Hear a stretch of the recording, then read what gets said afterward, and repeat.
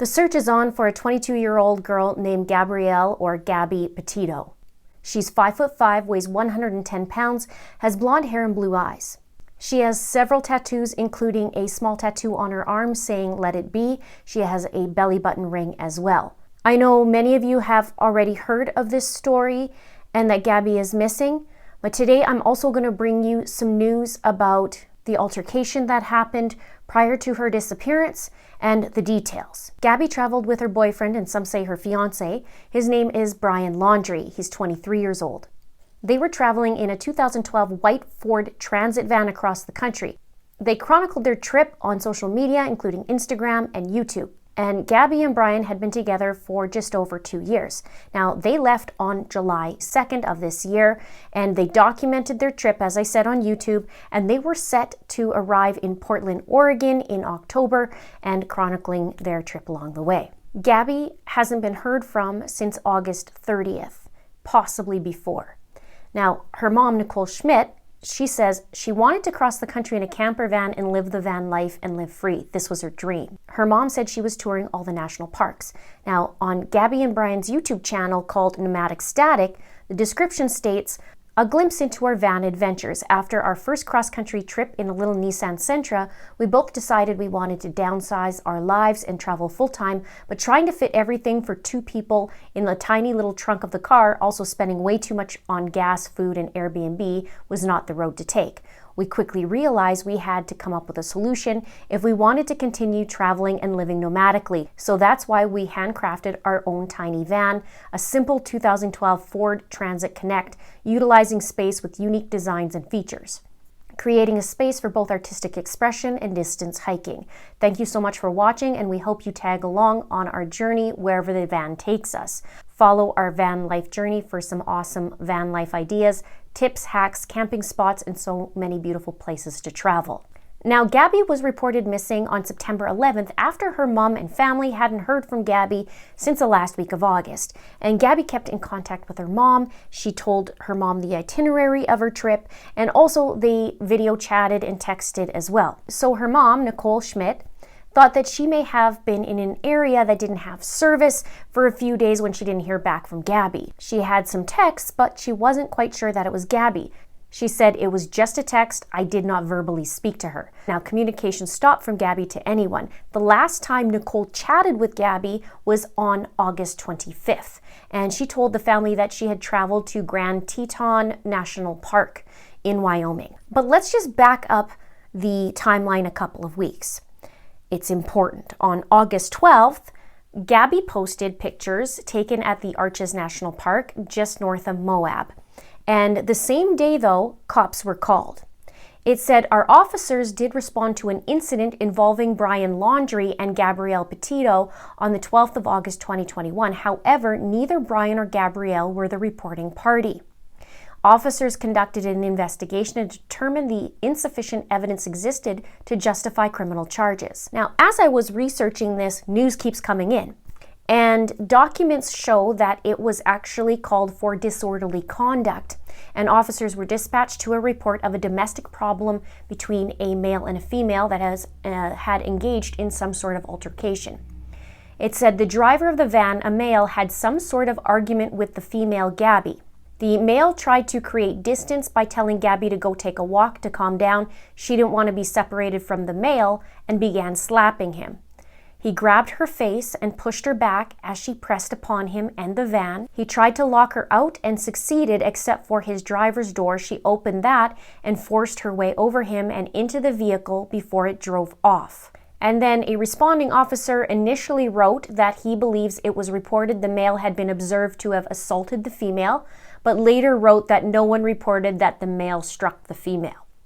And an officer eventually pulled the van over and said that when he approached Gabby, that she was crying uncontrollably in the passenger seat. And one of the responding officers said that the incident can be more accurately categorized as a mental emotional health break than a domestic assault and that no significant injuries were reported. Then it was reported Brian stayed in a hotel that night while Gabby stayed in the van, according to this report. It says both the male and female reported they are in love and engaged to be married and desperately didn't wish to see anyone charged with a crime. Then Gabby's mom, Nicole, said that the incident was just a result of pent-up stress from traveling together. She said, put yourself with another person in a van 24 hours a day, 7 days a week for months, and you might have an argument, right? It's irrelevant. It's not a big deal. Then, fast forward, on August 21st, Gabby's dad, Joe Petito, who lives in Florida, said that they were in Salt Lake City. He knows that because he placed an Uber Eats order for them. He says there was a power outage. She said she didn't have Wi-Fi, so I ordered her some food. I know it was in Salt Lake City. It was the last time I spoke to her. A few days later, on August 24th, Gabby was checking out of a hotel with Brian in Salt Lake City, Utah. August 25th was when she talked to her mom. And Gabby's last post on Instagram was said to be on August 25th. She was visiting the Monarch Wall in Ogden, Utah, and captioned the photo with Happy Halloween. Oddly, and you guys can verify this below, when I checked her Instagram this morning, it was completely gone. And her Instagram profile is Gabs Petito. Now, on that same day, which is August 25th, she said they traveled to Grand Teton National Park in Wyoming. Now, the family believes that she'd only be there no more than 2 days, and the van was spotted at that Grand Teton National Park. So on the 27th and 30th of August, there were texts only to Gabby's mom. And the 27th, her social media goes quiet. Her mom says, the last text I got from her was on August 30th. I don't know if that was her texting me or not. Now, after this point, Nicole said that Gabby stops replying to her text messages, which is interesting because the very next day, on September 1st, that's when Brian returned home without Gabby, but he returns home with the van. Now, it's not clear if they made it to Yellowstone Park or not, which is actually what the plan was. That's where the goal was to go, and it's not that far from that Grand Teton National Park. Now, interesting, when I look at Google Maps, it's actually a 34-hour drive, 34-hour drive. So it's interesting that he gets home on September 1st. I do wonder what happened in that last week. Obviously, everybody else does. Now, Brian went quiet. He didn't report Gabby missing. He got a lawyer and wouldn't cooperate with authorities.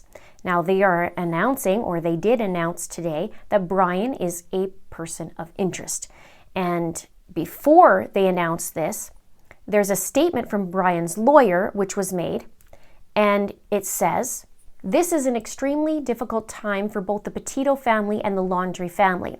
I understand that a search has been organized for Miss Petito in or near Grand Teton National Park in Wyoming. On behalf of the Laundrie family, it is our hope that the search for Miss Petito is successful and that Miss Petito is reunited with her family.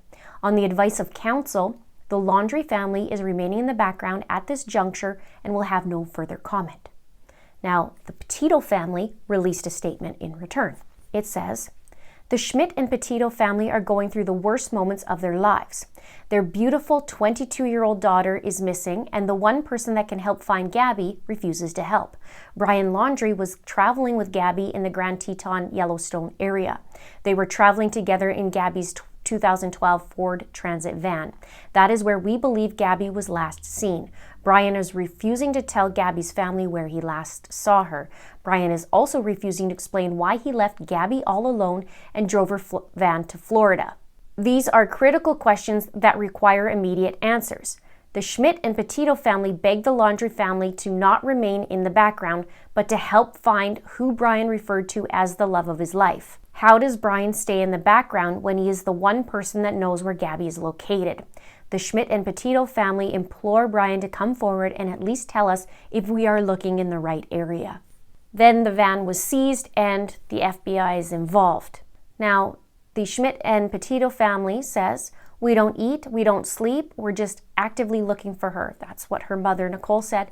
And her mom said she has a gut feeling that her daughter will return home, adding that a mother's instinct is the most powerful. She says, "I'm sure she'll be found. I have to believe that because otherwise I'll just break down and cry." Gabby's father said, "We had been in touch with her as she traveled. I'd speak to her once a week or so. Her mom spoke to her 2 or 3 times a week. My son would talk to her often on Snapchat, FaceTime. My niece would be in constant contact with her. He mentioned the FBI and said, I was told a lot of great work was done by the FBI, but they're still going through a lot of data. Everyone has been amazing in helping trying to find Gabby. We've got to find Gabby. We've got to bring her home. And he says, I want to keep the focus on finding Gabby. Brian doesn't matter. The van doesn't matter. Now, if you have information, you're urged to call 1-800-220-TIPS. Also, there's another online place you can go called p3tips.com and 1-800-CALL-FBI. Also, the Northport Police at 941-429-7382. If you were in that area, please check your pictures, your video. You never know when somebody can be in the picture. And so double check that and call if you have any information. This is very concerning. I mean, you have an altercation that happens 2 weeks before. You have a fiance or a boyfriend of 2 years who drives home without you, and you don't have a vehicle, and from the sounds of it, doesn't have an option to communicate, really, and you wonder what the heck happened.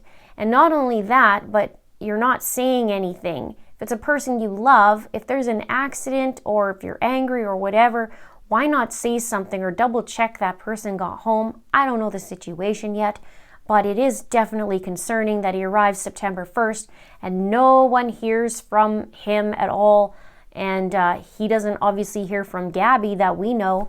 So you gotta wonder what's going on. And obviously when the FBI says he's a person of interest, there's something going on. And speaking of traveling, absolutely they were in close quarters. I think in my own personal life, in my personal experience, when you travel, you really do learn a lot about a person. And the quickest way to learn about a person, heads up for those who are dating, is to go on a trip. You'll find quite a few things, including all the quirks and all that. So, I mean, I wonder what happened there. And I really hope Gabby returns home and she's not hurt or worse. Let me know your thoughts below. I'm going to try and keep up as fast as possible on this case. It does take some time to sift. Please subscribe if you haven't done so already. Please like and please share. Thank you so much for watching. See you soon.